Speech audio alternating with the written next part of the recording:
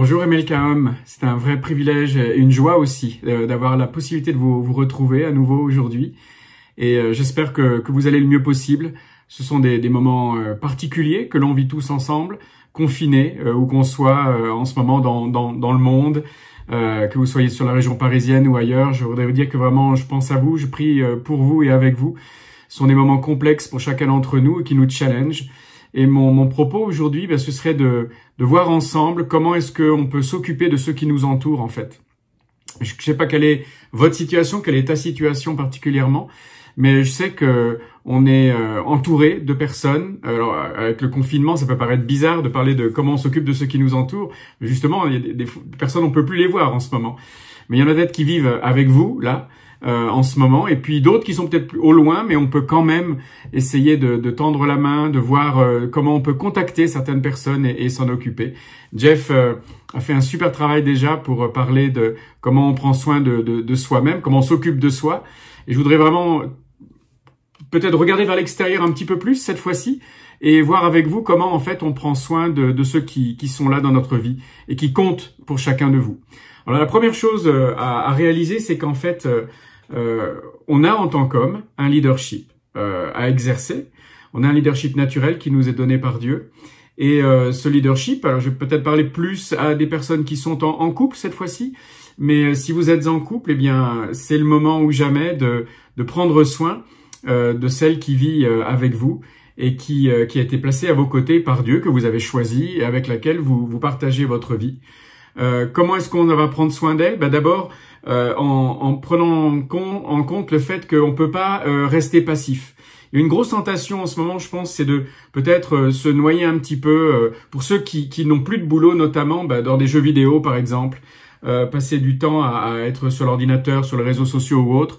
Je pense que c'est bien, il n'y a pas de mal, hein, il n'y a aucun mal à faire ça, il n'y a surtout aucun message culpabilisant dans ce que je vais dire, mais en même temps, c'est pas une fin en soi, le jeu vidéo ou bien être sur les réseaux sociaux. Je pense qu'il faut qu'on soit plus, en tant qu'homme, intentionnel. Et donc, je voudrais vraiment parler de cette intentionnalité avec vous et notamment avec votre épouse et comment vous pouvez faire pour que les choses aillent pour le mieux, que le confinement, en fait, soit plus une opportunité qu'une catastrophe ou quelque chose de difficile à vivre. Donc, comment faire? Déjà, allez voir votre épouse. Levez-vous de votre siège, levez-vous de là où vous êtes et allez voir votre épouse et allez lui parler, en fait. Initiez la discussion. Allez vers elle, n'attendez pas qu'elle vienne vers vous. Allez vers elle, initiez la discussion et demandez-lui, en fait, t'as besoin de quoi qui pourrait te rendre la vie plus facile? Qu'est-ce que je pourrais faire pour toi, ma chérie, qui pourrait te rendre la vie plus facile en ce moment? De quoi est-ce que tu as besoin venant de moi? Je veux vraiment t'aider. Et ça, c'est une bonne façon de démarrer. Vous avez le droit de pas savoir. Hein. Vous avez le droit de pas savoir comment aider votre femme. Mais quand on sait pas, on peut toujours lui dire, écoute, de quoi tu as besoin? Qu'est-ce que je peux faire pour être là pour toi? Qu'est-ce que je peux faire pour t'aider? Puis vous verrez, je suis sûr qu'elle a des réponses à cette question pour ça. On a besoin de temps en solo. On a besoin de temps en solo. On en a besoin en tant qu'homme. Votre femme aussi, elle en a besoin. Et c'est pas un moment où je rejette l'autre, c'est juste un moment où j'ai besoin de me retrouver avec moi-même. Donc en fait, demandez-lui ce dont elle aurait besoin pour avoir des temps solo. De quoi vous pourriez en fait la décharger? Chérie, de quoi je peux te décharger pour que tu fasses ce que tu veux? On va pas lui dire, ok, faudrait que tu fasses ça, ça et ça pendant ton temps solo. Non, non. Elle en fait ce qu'elle veut. Si elle veut prendre un bain, elle prend un bain. Si elle veut lire, elle lit. Si elle fait ce qu'elle veut avec, mais c'est son temps à elle.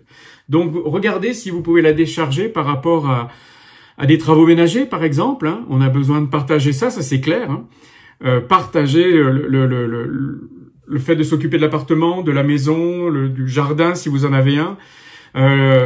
Demandez-lui en quoi vous pourriez lui être utile à ce niveau-là. Super important.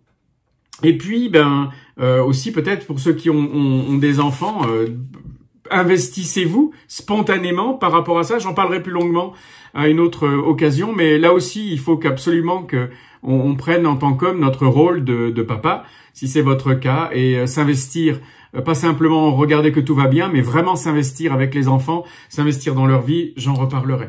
Mais pour continuer avec votre épouse, ces temps en solo, ils vont lui faire du bien, comme ils vous font du bien à vous aussi.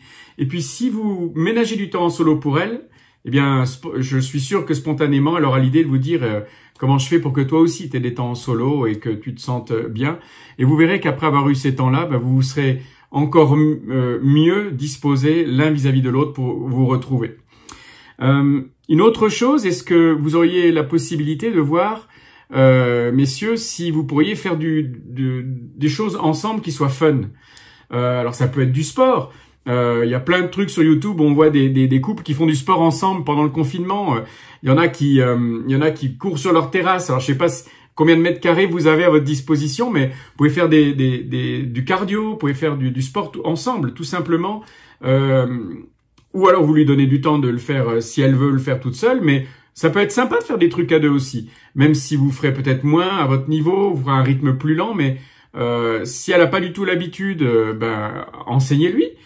Si c'est elle qui a l'habitude et vous pas, laissez-vous enseigner. Moi, j'ai appris comme ça les pilates avec ma femme et je fais des pilates, suis des cours de pilates quand il n'y avait pas le confinement.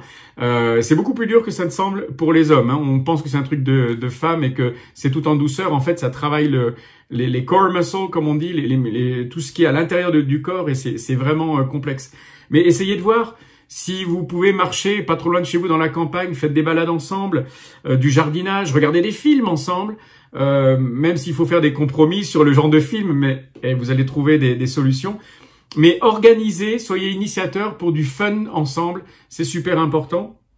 Ça peut être le bon moment pour faire ça parce qu'en fait vous reconstruisez, si c'était pas très solide, vous construisez une amitié pour tous les deux et une complicité. Donc allez-y, c'est un bon moment pour faire ça. Ensuite, des trucs fun, lancez des discussions comme si vous vous connaissiez pas, comme si vous vous étiez jamais rencontrés. Lancez des discussions sur des sujets nouveaux. C'est un jeu que vous pouvez faire. Faites comme si vous n'aviez pas le droit de parler de choses que vous avez déjà vécues tous les deux, comme si vous vous rencontriez pour la première fois, et essayez de voir si vous trouvez des sujets fun à partager ensemble. Des sujets nouveaux, peut-être ce qui serait bien de se dire, c'est quand on sort de ce confinement, on fait quoi? C'est quoi ton rêve? T'aurais envie de faire quoi là si tu pouvais? Qu'est-ce que vous auriez envie de changer par exemple quand le confinement sera terminé? Il y a des gens déjà qui se disent, moi je voudrais quitter le job que j'ai, avoir plus de temps pour moi, ou bien quitter la ville, aller m'installer à la campagne, ou l'inverse. Je sais pas. Vous avez envie de remettre quoi en question? Parlez-en. Le confinement, ça doit être aussi un moment pour ça, pour remettre des choses en question qui sont importantes pour vous, des choses que vous voudriez découvrir, des choses que vous voudriez vivre en fait. Donc, ça peut être intéressant. Une autre chose, vous savez que toutes les épouses ont besoin d'avoir leur mari comme un chef spirituel. Mais souvent, on ne sait pas ce que ça veut dire. Eh ben, demandez-lui. Parlez-en. Est-ce que ça veut dire qu'il faut que vous priez tous les deux, qu'elle aurait besoin que vous priez pour elle? Que vous conduisiez des temps de culte en commun une fois par semaine ou bien tous les jours. Et si vous avez des enfants, j'en reparlerai, mais ça peut être une bonne initiative. Mais ça veut dire quoi pour votre femme que vous soyez un chef spirituel? Ça c'est une bonne chose aussi à débattre et à voir tous les deux.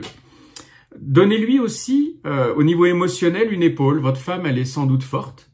Elle a besoin aussi de savoir qu'elle peut être rassurée.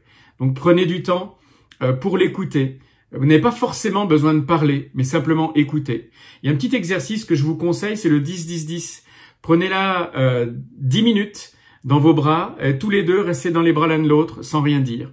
Puis pendant 10 minutes, offrez-lui la possibilité d'ouvrir son cœur, de se confier à vous, de vous parler de ses tensions, de ses stress, de ce qu'elle veut, de ses émotions. Et puis vous écoutez juste, vous validez, vous n'avez pas besoin de lancer une discussion, vous êtes juste en écoute et validez en lui disant, je te comprends, je comprends ce que tu ressens, etc. Puis les 10 dernières minutes, bien vous, partagez-lui votre cœur parce qu'elle en a besoin. Et si vous n'êtes pas très fort à ça, bien écoutez bien comment elle fait. Et puis après, lancez-vous et vous aurez passé 30 minutes dans les bras l'un de l'autre, à passer du temps, à connecter, et vous allez voir que pour votre épouse, c'est super important. Si 30 minutes, ça fait trop, faites 5-5-5, 15 minutes pour démarrer, mais vous verrez que c'est super important. Et puis je termine, maintenez les rendez-vous amoureux si vous ne pouvez pas sortir. Vous savez, ces moments où vous parlez juste de votre couple, de votre amour, de vos sentiments, maintenez-les dans votre chambre. Mettez une table avec une petite nappe ou des chandeliers dans un coin du jardin ou bien dans un coin de la salle à manger.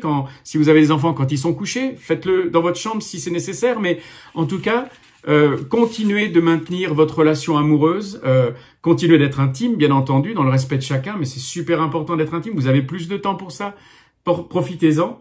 Mais surtout, faites en sorte que pour votre couple, le confinement soit pas un moment terrible que vous redoutez, mais un moment en fait qui va vous rapprocher. Vous serez plus complices dans votre amitié à plein de niveaux différents et aussi plus complices physiquement, dans votre amour, dans vos sentiments, dans vos émotions. Je pense vraiment que si on prend les rênes, homme MLK, et que vous n'êtes plus dans la passivité ou pas dans la passivité, que vous investissez dans l'intentionnalité, que vous prenez les décisions d'aller à la rencontre de votre femme, de lui parler, de lui poser des questions, de lui donner du temps de libre, de partager les tâches, etc. Vous allez voir que à la fin, le confinement, ça aura révolutionné votre couple. Et je vous lance un défi. Tenez-nous au courant de ce que vous avez fait, de ce que vous avez changé. Ça nous intéresse et je suis sûr que vous avez des trucs que vous aurez vécu qui seront super importants à partager avec d'autres. Donc, à très bientôt.